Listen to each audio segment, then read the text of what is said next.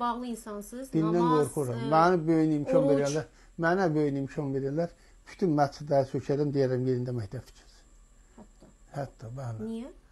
Mən ən Dinə böyük mi inanmırsınız, dindarlara mı inanmırsınız? dindarlara inanmıram. Mənə ən böyük zərbələr dindarlar. Neyiniblər ki siz? Aldadırlar. Ya siz hara, dindarlar hara? Yəni harda İş çatışır? birliyi. Siz təsəvvür eləyin ki, bir şirkət var idi, onların müqaviləsini gətirib verirəm. O həmən o şəhid ailəsi deyilsən anlanıb. Həmən onun müqaviləsinin başında yazır ki, müqaviləni yazıram Allahın adı ilə. Bismillahirrahmanirrahim. Ya Allah, kömək ol.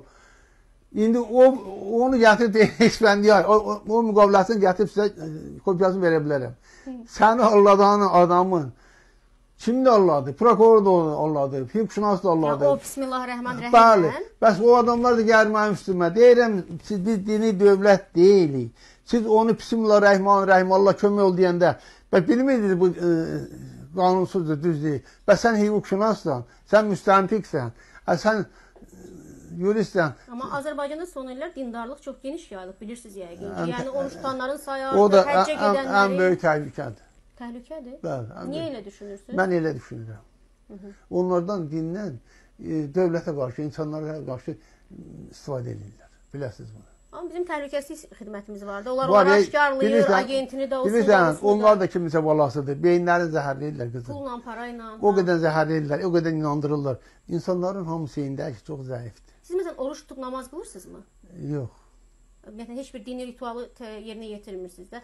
Yəni özünüzün daxili inamınız fərqlidir, hə? Efir Ersoyun bir su gətir, təzədən bir çay gətirərdiniz. Var, Allaha inanıram. Bəli. Yaradana inanıram. Vəssalam.